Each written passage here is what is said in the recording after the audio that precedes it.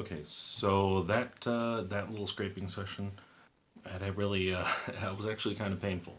Right now it's pretty cold out, and super dry inside the house. You know, with the furnace running and snow on the ground and everything. It's super dry, and so my psoriasis has kind of flared up and gotten quite painful. I've moisturized, I've used Vaseline, I've showered, and this stuff is super stubborn and it just does not want to come off.